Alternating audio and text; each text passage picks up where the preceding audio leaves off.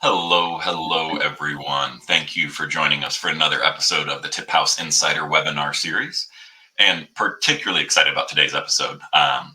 We have two incredible operators here from Wood Ranch.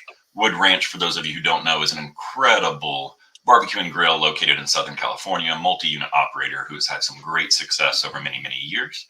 And today we're just going to be chatting about that success, the scaling success they've experienced, the strategies they deploy for growth, and how to build a strong company culture in these multi-unit restaurant groups. So first, I would like to make sure that we're going to cover a little bit of what's on the agenda here today. So we'll touch on just briefly webinar housekeeping do's and don'ts and what to know, some goals for the attendees that we have out here today, a quick introduction to Tip House and to Wood Ranch, how to scale those operations, how to grow that team effectively, and how to streamline those workflows.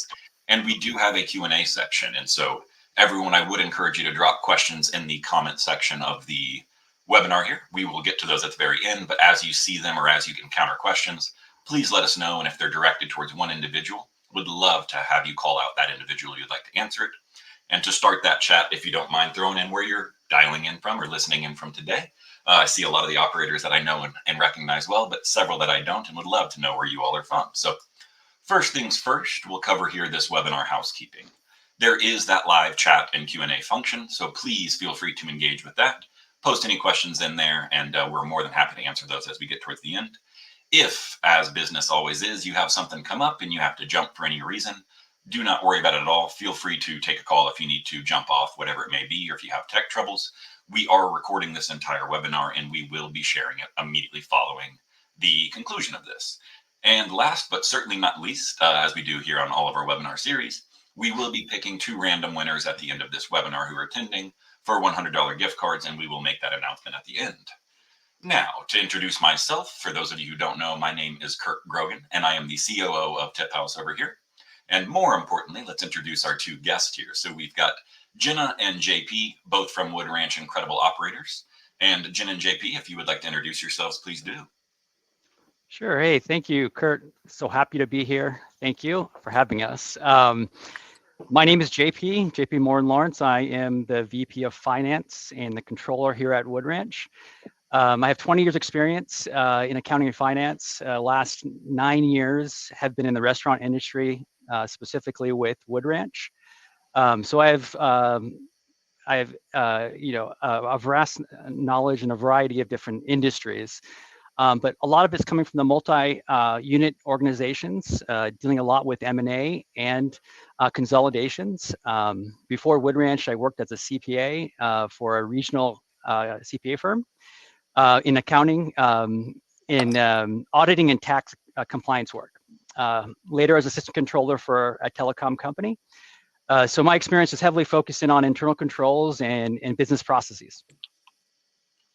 And my name is Jenna Johnson. I'm the Director of Training and Development here at Wood Ranch. Unlike JP, I am more specialized in that I have been working exclusively for Wood Ranch. Wood Ranch was actually my first job.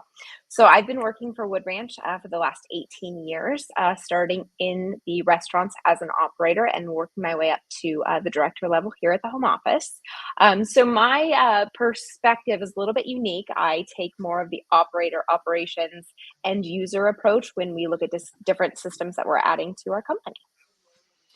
Well, thank you both, and a pleasure to have you both on. I really appreciate you taking the time with us here today. So as we look at what has made Wood Ranch so successful, we're going to dive straight into the thick of it, which talking about our scaling of operations. And first, I'd like to understand and see how it may relate to the audience out there, that what were the key challenges, Wood Ranch faced when scaling your operations across 18 locations in Southern California? Yeah, I think for me, the main challenge that comes to mind is maintaining consistency across all of our locations. Jenna can get more into the specifics around our guest experience, dealing with food quality and service, and all the training that goes into all of that. But when I think of consistencies, I think more along business processes. So at the strategic level, I'm looking at oversight and ongoing training and monitoring of these business systems and processes. So when I talk about these business processes, we're really talking about what drives our sales, but also what looks at our cost efficiencies and our risk management. We talk a lot here about how do we protect our bottom line. We're in a very competitive restaurant environment, and sales are great. It's great to have strong sales, but you really need to find efficiencies and ways to protect your bottom line. So the question then becomes, what are these processes and protocols that we want our operators to implement to achieve our strategic goals, and how these processes can be monitored and followed through, consistently through each of our locations and all of our employees within our stores. So, a lot of, for each business, restaurant chain out there, the way they do this and manage it may be different. I know for us, we focus a lot on training, communication, and looking at performance feedback, such as audits and auditing the protocol that's involved. And of course, we look at operational metrics. A lot of times, the stores that are underperforming are the ones that are not following protocol. So again, it's just really following and trying to maintain that consistency across all of our locations after we develop these processes that we want them to implement. I love it. Thank you, JP. And a fascinating tidbit there. I mean, focusing that, successful revenue doesn't lead to a successful restaurant, right? You have to make sure those operations are not just driving revenue, but also making sure that you're limiting costs, that you're eliminating risk on that front. So thank you for that. And same topic here of scaling operations, but you touched on the last bullet point there, JP, of maintaining that consistency and the quality of guest experience, of operations, of auditing, and making sure that you're taking care of that. Would you dive deeper, or Jenna, feel free to jump in on it, but how does Wood Ranch maintain that consistency and the quality of the guest experience? Absolutely. So for those of you that don't know, Wood Ranch, we are independently owned. We have 2 co-founders, and they have, instead of focusing on a rapid growth or rapid development, we've really focused on selecting the right locations to grow in, the right markets, the right areas that fit our brand and enable us to be ourselves. In addition to that, each time we're opening a new location, we select trainers from our current locations, and we pick the best of the best. We get a lot of interest. We're actually in the process of opening a new store right now, and actually in that interview process, and it's been super fun. But we do our best to pick the right people to train the right things and focus more than anything on culture, philosophies, who we are, how we kind of get to our end goal, how we want our guests to be treated versus just techniques and skills. First, it's culture and what we would like our guests to feel. We know that more than anything, guest word of mouth is the best representation of our brand that we can get and the best marketing that we can get. So more than anything, it's just how do we select the right area, select the right people, and deliver for our guests. And that's what we focused on. And that has enabled us to grow now to what will be 18 locations by the end of August, maybe early September. But wow, definitely coming. Can you share where that location will be, Jenna? I'm very curious. Yeah, absolutely. It's going to be in Manhattan Beach, California. So we are all exclusively Southern California. Our most northern location is Ventura. Our most southern location is San Diego. This is going to be a location that's closer to the beach, hence the Manhattan Beach. And we're super excited about it. It's been in the works for almost a year now. And it's looking absolutely beautiful. I'm going next week just to check the progress. That's amazing. And I love the takeaway there that, like, culture being the first piece with the end guest experience in mind, because you mentioned word of mouth as y'all's marketing philosophy with it. And I think, anyone who can find a marketing that it does not actually cost you money, in fact, it brings revenue through the door as you're getting it, a great model to execute. So thank you for sharing. When you're looking, a little bit deeper into that consistency and making sure that, especially this new Manhattan Beach location, maintains that brand identity in those marketing efforts, how do you maintain consistency when we're talking strictly from the brand identity, maybe that culture that you referenced there, Jenna, and the marketing efforts that y'all will undoubtedly go forward with? Yeah, I think the key here is that, although, as Jenna pointed out, although we don't market extensively beyond social media, we nevertheless benefit tremendously from our brand recognition. So in a lot of ways, our guest experience becomes our marketing opportunity. And we see this through our social media reviews and particularly through our repeat customers. So again, it's emphasizing the importance of that consistency, of that quality of that standard that we have across all locations, and making sure our guest experience at a Ventura location is just as good and just as quality as that of at a Agora location, and make sure people that are going to be coming to our Manhattan Beach location for the first time that may have heard about our brand or have gone to other restaurants, making sure that they're getting that quality experience. So yeah, I think that consistency there is so very important. Brand recognition plays a vital role also in our new store locations. Selecting a place like Manhattan Beach. A lot of that is that selection process. Although I'm not specifically involved in that. That's more of the founders and our CFO. But I can see the positive and negative impact of that decision-making process. Striking that right balance between, not being too far from our other locations where we still have that strong brand recognition, but not being too close where we're cannibalizing our sales. So that striking that right balance is what works for us. And yeah, so I think that's important. That's incredible. I love it, JP. And would you mind taking that one step deeper? I mean, when you talk making sure the experience in Ventura is the same as in Gora, is this an individual actually going to that store and auditing it? Is this done through just repetition of training and operations and making sure everyone's on the same page at all times? What does that process kind of look like over at Wood Ranch? No, definitely. Yeah, we do. We do a lot of oversight of our processes and our products. So our founders, particularly Eric Anders, wants to review all of our social media responses himself to see and get feedback on comments.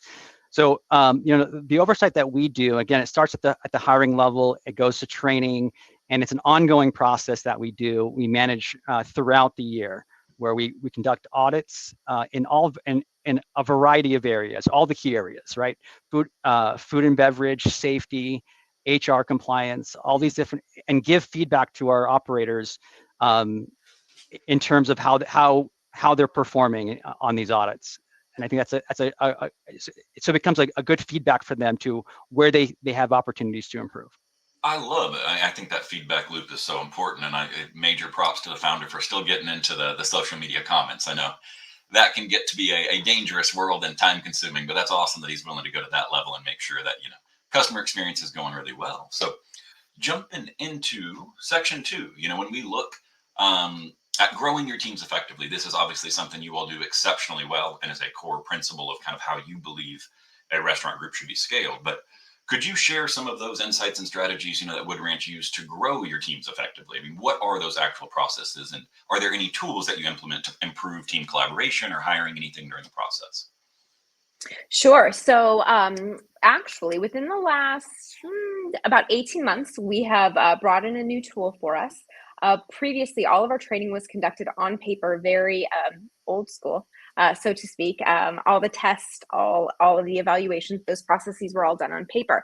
And in the last 18 months, we have moved to a learning management system to assist us in really developing wonderful tools that really captivate our current learner, our current end user. And we're able to do videos. We're able to take like the TikTok style of approach to learning and make it a lot more fun. And just captivate again that end user in a way that they're able to absorb the material. We recognize that reading and sitting down and kind of doing everything on your own wasn't really making the information stick, and it was really boring. And as restaurant people, we're used to moving and moving around and not really sitting still. So it was, how do we captivate our end user, get the information across in a way that's really absorbable for them?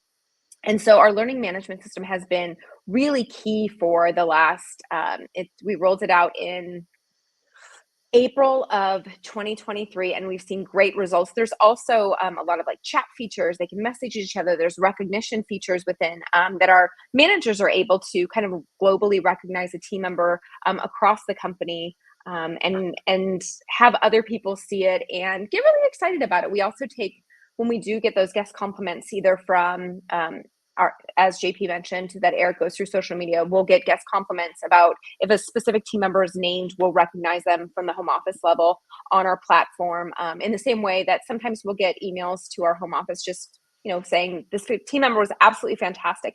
And we do our best to recognize that. So that way our team members love to engage with the platform. They get in there, they look and see what's going on. They take the opportunity to go the extra mile and learn, but in a way that's fun and also encouraging to their day-to-day, as well as, their long-term success, whether they want to be a restaurateur in the future or whether they're putting themselves through college.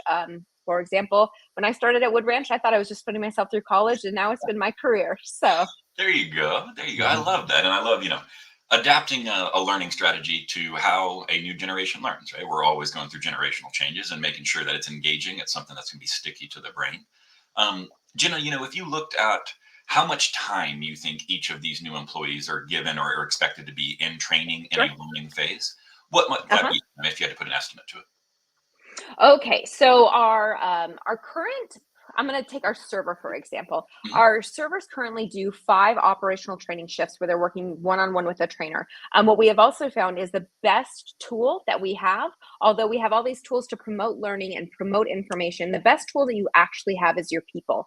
And again, selecting those right people, those right trainers. So they are hands-on trained for 5 shifts at about 5.5, 6 hours a shift. So let's call that 30 hours, plus about 5 hours of back end time. And then because we are in California, there's a lot of California compliance requirements. So let's add another 3 hours onto that. So I would say your average server is looking about 38 hours of training before they're on their own. And even then we create a strong mentorship process. So that way their trainer's always next to them in a section close to them. So they have somebody to ask questions to, they have a strong support system, and they don't feel like now I've been trained, now nobody's here for me and nobody's here to help me.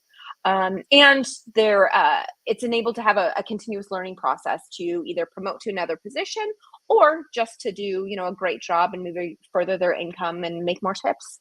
I love it. Thank you for sharing, Jenna.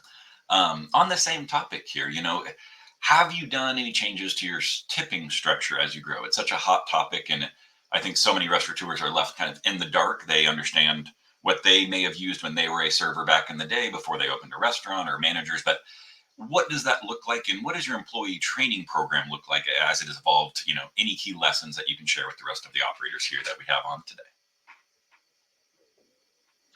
Yeah, so when it comes to our tipping process or program, some of the biggest changes that we've made was the implementation of software Tip House, and managing the tip out structures in the home office. So taking that away from our operators. One of the benefits that Tip House had done is, we didn't really want to shake the boat when we made this transition. We didn't want to take away too much from the from our servers who are accustomed to receiving their tips nightly and so on. So one of the benefits that we experienced is Tip House was so adjustable and able for us to adhere to our current program. So I think making that transition was nice for us, where we didn't have to make a big shift. We were still able to provide our servers with their tip outs using a pay card system on a daily basis. And then we added new features. And I think the biggest features that we added were the ability for large part of your service charge gratuities to our servers, which, as you guys are all aware of, that is going away January 1st. And also providing a tip out to our back of house.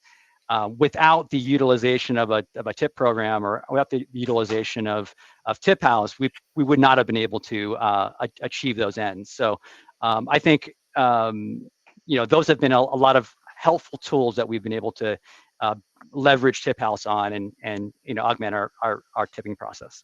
That makes sense. And I really appreciate it. And Jenna, please, no, I jumped ahead. I already anticipated the question earlier, so please take it away.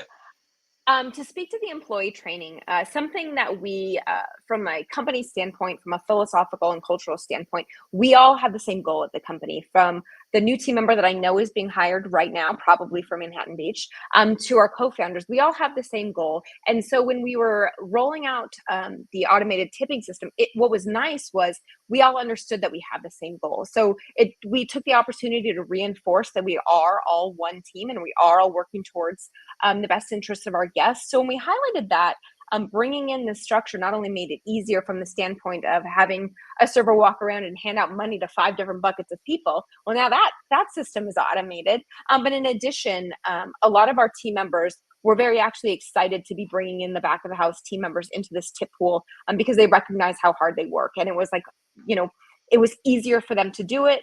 And they felt good about it. So again, having that strong sense of culture helps in almost every aspect of training or system rollout. I love it. I think the culture piece is, fabulous that y'all are running, and props for the back of house recognition. It's often overlooked how critical they are to the guest experience, right? No matter how great service is, if the food is subpar, they're not going to be thrilled. So thank you. And then, JP, looking at your role with this, growing teams effectively, what role can accounting and finance have in helping these stores maintain that quality and consistency? And then any advice for the operators, as they go through this process for multi-location expansions? Yes. I think a lot of it starts with providing accurate and reliable reporting. Without the data, operators are not able to identify the issues and the opportunities to make and implement solutions. So I think, first and foremost, we do a lot of the back office stuff that's very important, but beyond that, paying the bills and payroll and all that kind of stuff. But beyond that, it's really providing a service to the operators on the reporting end and giving them the tools to make operational changes to what they're doing. And I think it's important, and I'll make one note that it's important to combine that with training. Just the fact that a lot of operators need to know what they're looking at, and so they can interpret the results and be able to make the actionable changes on that. And then secondly, I believe that just because we're the finance team or we're in the back office, I think is important to still maintain that culture beyond the restaurants and into the corporate office. So I'm a strong believer that the principles and standards that we hold our stores and operators accountable for, that we also adhere to those same standards. And we say we have a saying here: guest needs first. And we've adopted that in the corporate office as well. That we too have to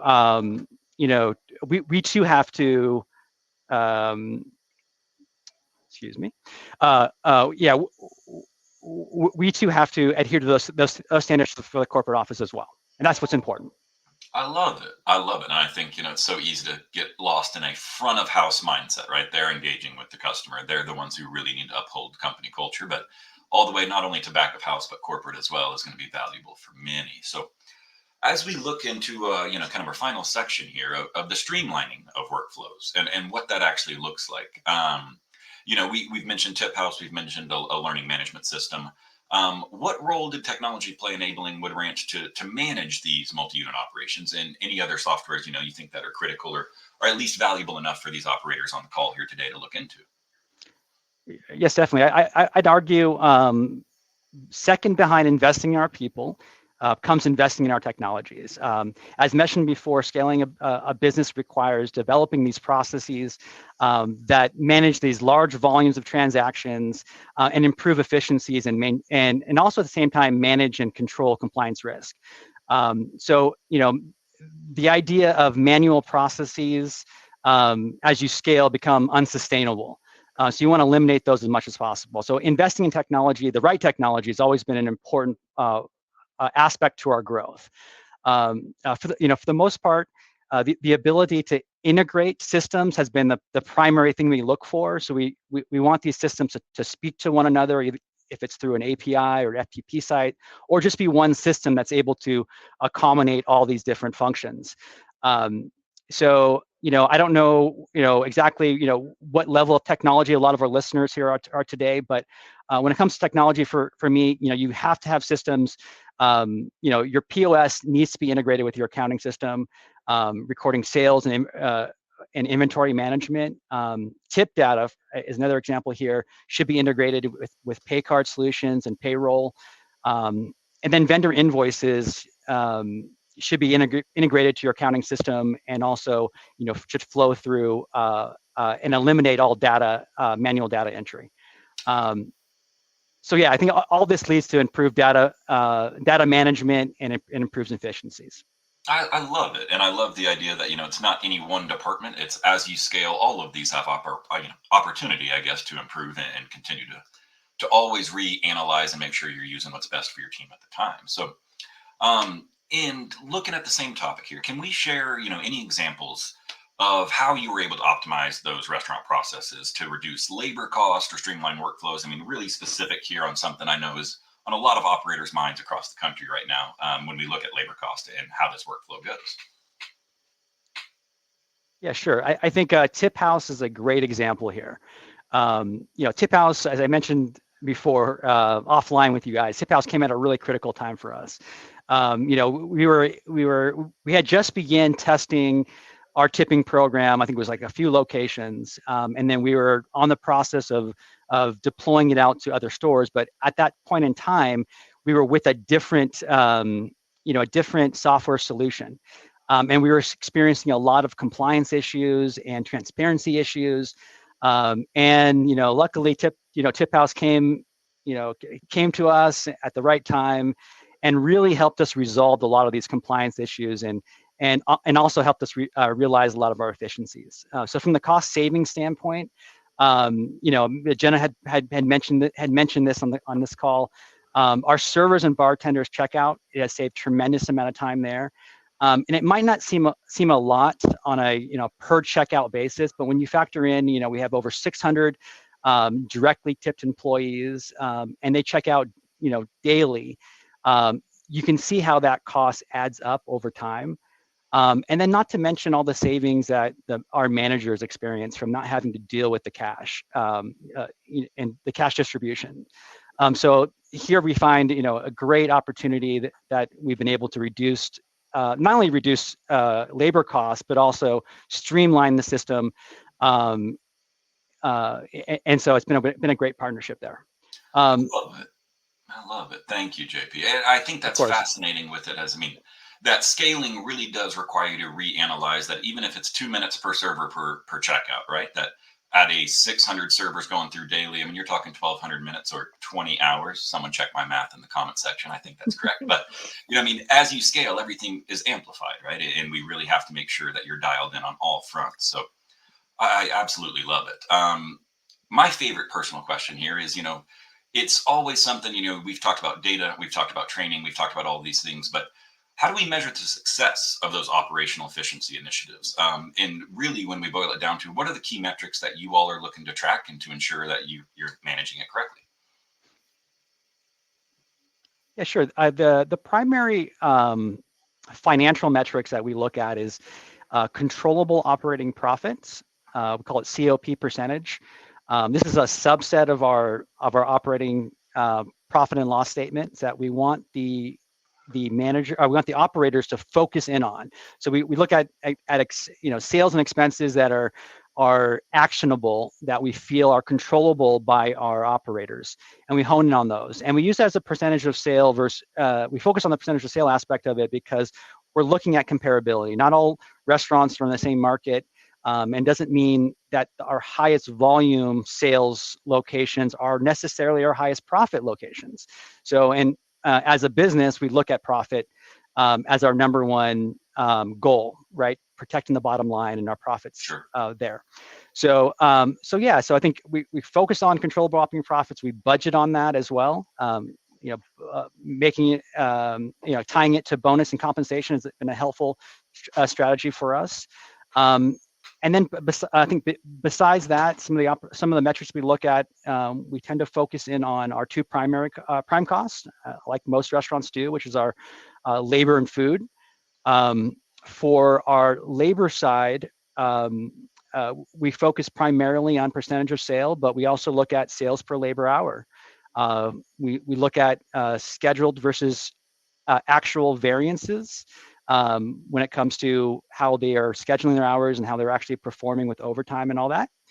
And then with our food costs, we focus in on, we utilize R365's actual versus theoretical usage analysis. And we have them really monitor, the level of ingredients and how what are their yields and that they're providing on a daily basis. Oh, that's amazing. I love that, and I love getting down into the nitty gritty of it. Of that, there's actual metrics, and we define success by this. We can see a lot of signs of success on the way, but those are the ones that are really going to, as you mentioned, hit the bottom line and allow you to expand and continue to scale. So thank you both tremendously. And now I see that we've got a lot of questions that have come through, and we'll tackle into those. So first, I'm going to start and take these in the order that we've got it. We've got a question from Annie. I love this. If you were to start scaling your businesses all over again, if you started from ground zero and you knew you wanted to scale to where you are today, what would you have done differently? Oh, that's a great question. So I have been a part of the last 8 openings of stores. So 2011 was my first opening, and again, we're going into my 9th opening here. So I'm gonna say that if it sounds like I'm just saying it because I'm just saying it, but if we could do things differently, I would say invest in technology a little bit earlier. Okay. And I say that from the standpoint of a team member as well as my current position. When I was a team member, I'm dating myself. This was back in 2006. We started testing what was then call to page seating. And at the time, it was this like voice robot person that would call you to tell you your table was ready. And it was like pretty revolutionary in 2006, to the point where everybody who had cell phones wouldn't answer it because it was this number that you wouldn't answer. So we wouldn't, we wouldn't get a very good return on it. But the different systems that we've integrated, for example, are our scheduling software that enables our team members to get their schedule from not having to be in the building. Those types of things make it so much easier for everybody involved. A manager doesn't have to worry about a team member coming in at 5 o'clock on a Friday when you're hitting your rush and pulling their schedule. Things like that just make it easier, to the point now where it's so in tune with who we are. We don't know different. So tools that make it easier, make the operator's job easier, make your end user's job easier to communicate, collaborate, work together, are things that I wish we could have, go back in time. Hindsight's always 20/20, but maybe being a little bit more open to technology. I don't want to say we were closed off from it, but Sure. we knew, like I said, we just moved our training programs to digital within the last 2 years. So we knew it worked for us, and we were a little gun shy to move to technology faster than maybe we should have. Understood. I mean, and it can be a scary beast, right? There's rollouts and implementations, there's cost, Yes. and opportunity for it to backfire. So I love that answer. JP, I'm going to put you back on the spot. We covered metrics briefly, but I do have a question from Josh, and I want to see if there's anything you'd like to elaborate on, or any kind of random success business point or metric that you're going to track that you might think other operators are kind of ignoring, or at least not drawing enough attention and focus on. But any other item that you would like to cover here, as Josh has asked?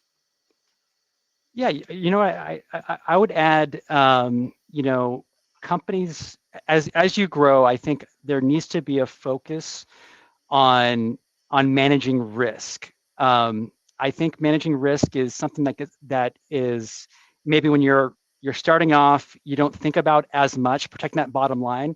So when I'm talking about managing risk, I'm referring a lot about food safety risks, minimizing workers' comp. I'm talking about HR compliance and labor compliance issues.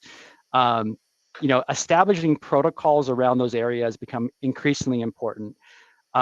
So I would say that managing risk is something, as you grow, becomes increasingly important, and developing those protocols that are going to prevent a lot of those things becomes increasingly important.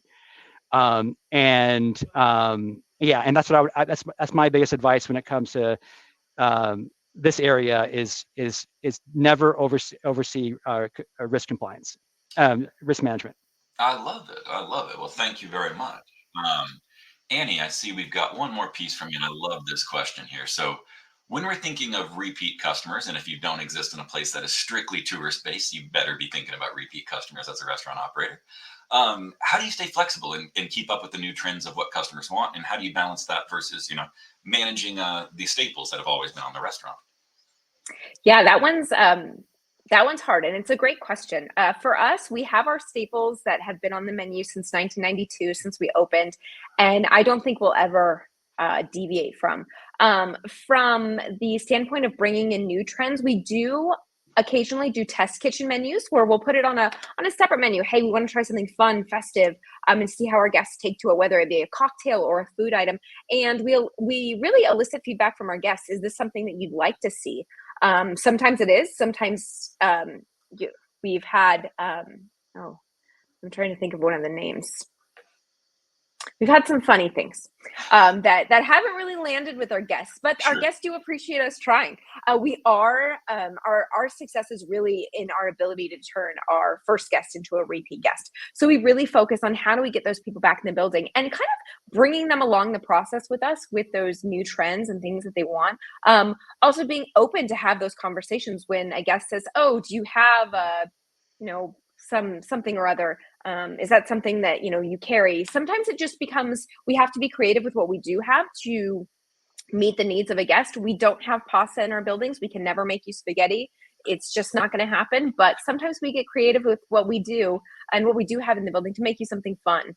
And in addition to that, it's really focusing on what we do and doing it well and executing it to the greatest caliber that we can.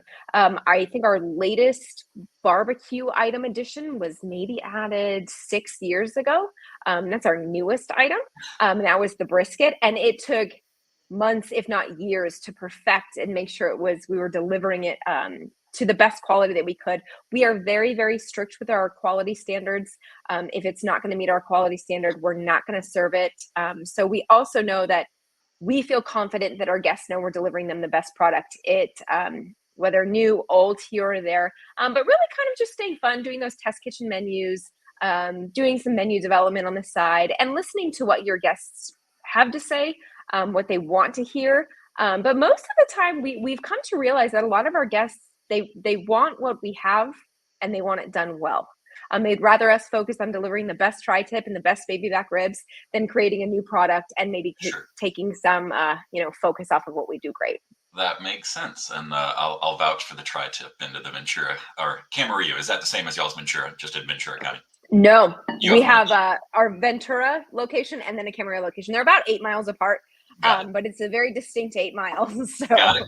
Yeah, I've been to the Camarillo one, then yet to venture into Ventura. So we have time for, I'll take one more here with it. And, I love this one. We've touched on it briefly, but I do want to dive a little bit deeper. And then we will share these questions just so everyone knows afterwards and try to do our best to get these answered as we follow through. But we talked about, the strategies for strong company culture, but let's expand on that because that is something I know with turnover and employee tenure and so many, issues right now facing the restaurant industry.